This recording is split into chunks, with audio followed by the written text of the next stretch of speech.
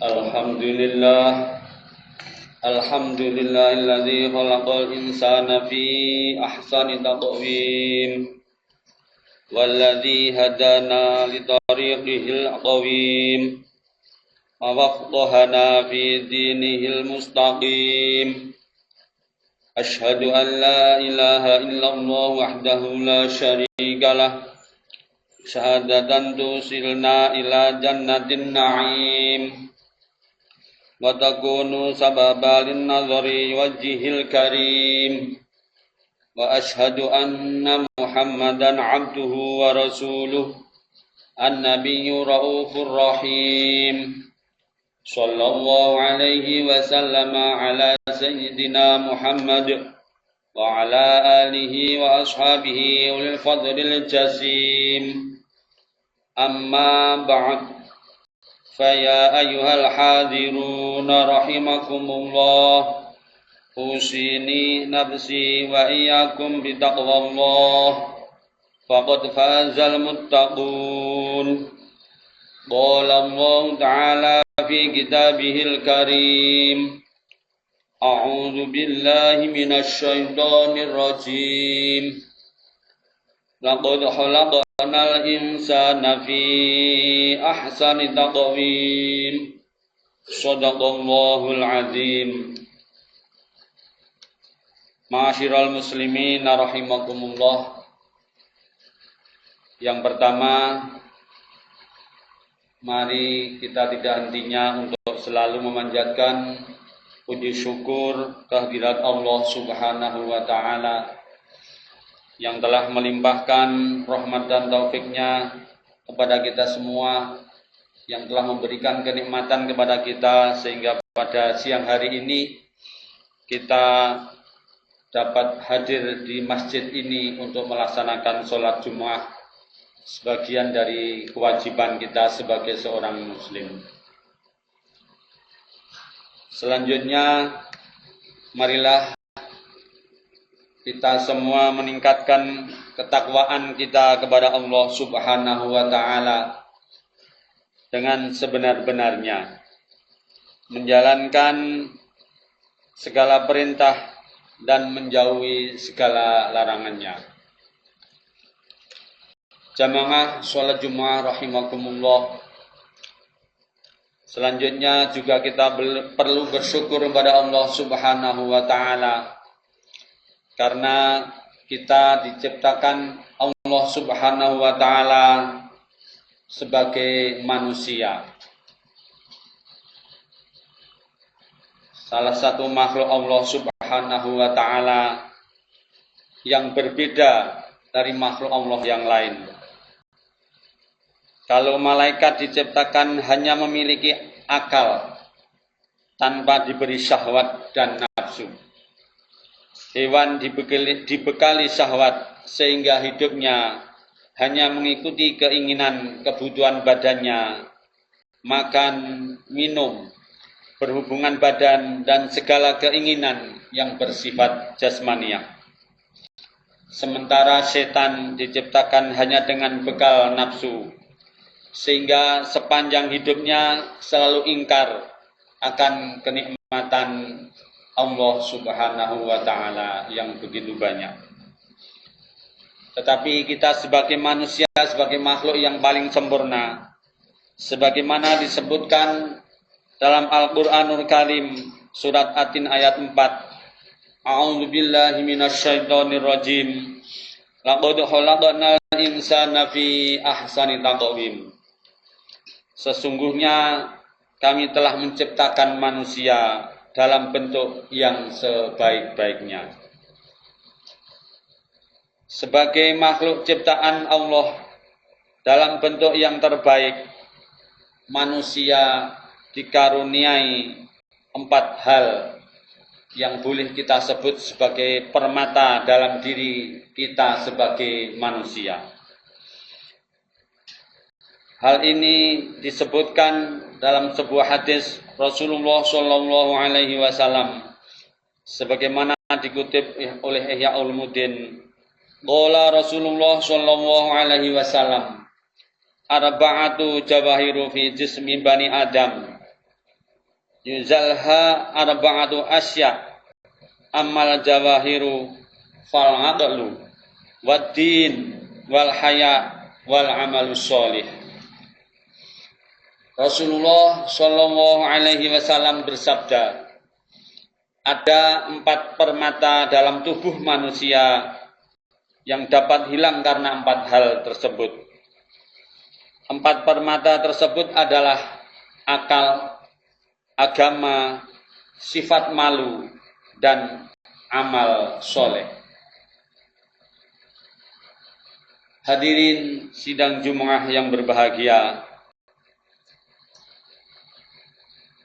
permata yang pertama adalah akal. Akal adalah alat untuk memahami agama. Agama adalah rambu-rambu atau aturan yang memberikan arah pada manusia. Sifat malu adalah pengendali. Dan amal soleh adalah buah dari akal yang bisa memahami agama dengan pengendali berupa sifat malu tadi.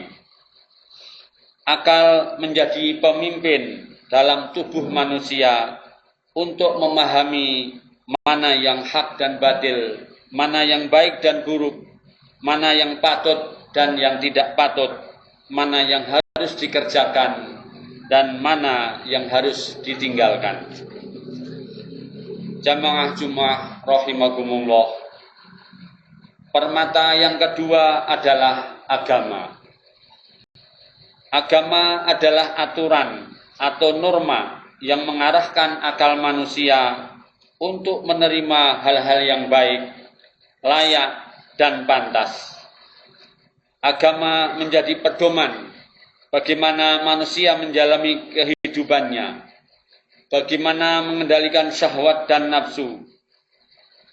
Akal sehat akan mengarahkan kita dapat menerima agama yang hanif, yang lurus, yang benar, yang hak, yang mampu memberikan ketenangan lahir dan batin, dan dapat melahirkan sifat pengendali atau malu, serta membuahkan amal soleh.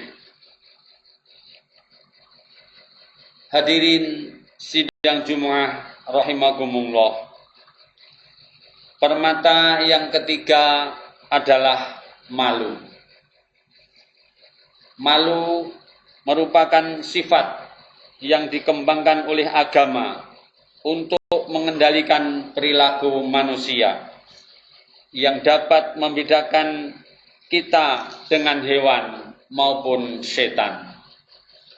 Sifat ini hanya diberikan pada mukmin yang mampu menggunakan akalnya untuk memahami perintah dan larangan Allah. Karena itu wajar jika Rasulullah Shallallahu Alaihi Wasallam pernah memberikan nasihat kepada sahabat-sahabatnya dengan mengatakan, al-haya'u minal iman. Malu itu sebagian dari iman. Malu untuk berbuat maksiat, malu untuk meninggalkan perintah agama, malu tidak berbuat baik, dan lain sebagainya. Hadirin sidang Jumat rahimakumullah. Permata yang terakhir adalah amal soleh, yakni perbuatan yang patut dan baik menurut kaidah agama. Amal soleh adalah buah dari kemampuan kita memahami agama, menjalankan perintah agama, serta kemampuan kita mengendalikan sikap dalam kehidupan. Contoh sederhana yang dapat kita amati dalam kehidupan sehari-hari, betapa banyak orang pandai agama tetapi tidak mampu mengendalikan diri, sehingga ia bukan mengamalkan ilmu agama, namun hanya memperalat agama untuk kepentingan dirinya atau kelompoknya. Naudzubillah. Maka akibat yang timbul dari itu bukan amal soleh, tetapi justru maksiat. Hadirin sidang Jumat yang dimuliakan Allah. Rasulullah Shallallahu Alaihi Wasallam dalam hadis di atas juga mengingatkan kepada kita akan bahaya mengancam empat permata tersebut. Rasulullah Shallallahu Alaihi Wasallam mengatakan, fal ghadabu yuzilul aqlu wal hasadu yuzilud din wat tama'u yuzilul haya wal ghibatu yuzilul amalus sholih, yang artinya ghadab atau marah-marah dapat menghilangkan akal, iri dan dengki atau hasud dapat menghilangkan agama, serakah atau tomak dapat menghilangkan sifat malu, dan menggunjing atau ghibah dapat menghilangkan amal soleh. Mari empat hal ini yang mungkin kita jarang merasakan atau jarang memperhatikan secara detail, tetapi kita kadang-kadang secara tidak sadar melakukan itu. Marah-marah yang mungkin tanpa sebab atau mungkin sebab sesuatu yang sebab itu sebetulnya juga tidak perlu sampai menjadikan kita harus marah. Untuk itu sidang Jumat yang berbahagia, empat hal ini, empat permata ini kita jaga, dan empat ancaman yang bisa merusak permata dalam diri kita juga harus kita hindari, harus kita jauhi.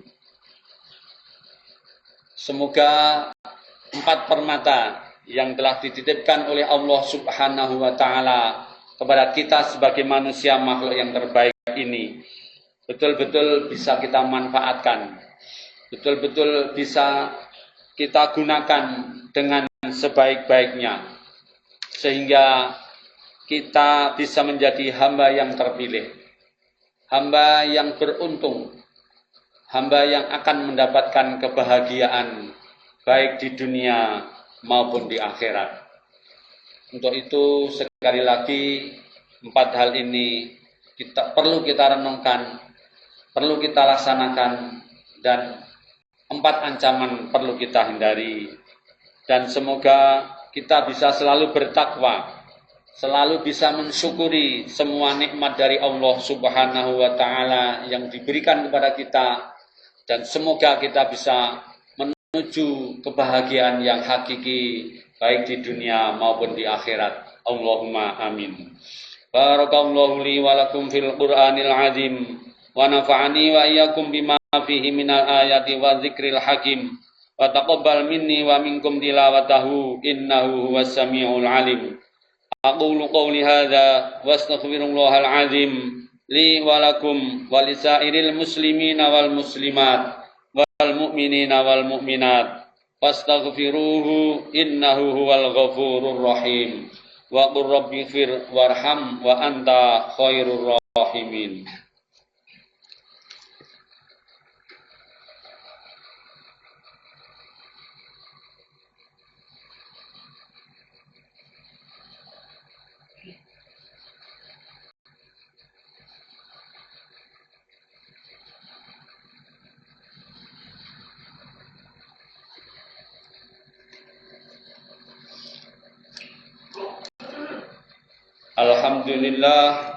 Alhamdulillahilladzi hamdan katsiran kama amar wa asyhadu an la ilaha illallah wahdahu la syarikalah irghaman liman jahada bihi wa kafar wa asyhadu anna sayyidana Muhammadan abduhu wa rasuluh khairil khalaiqi wal bashar.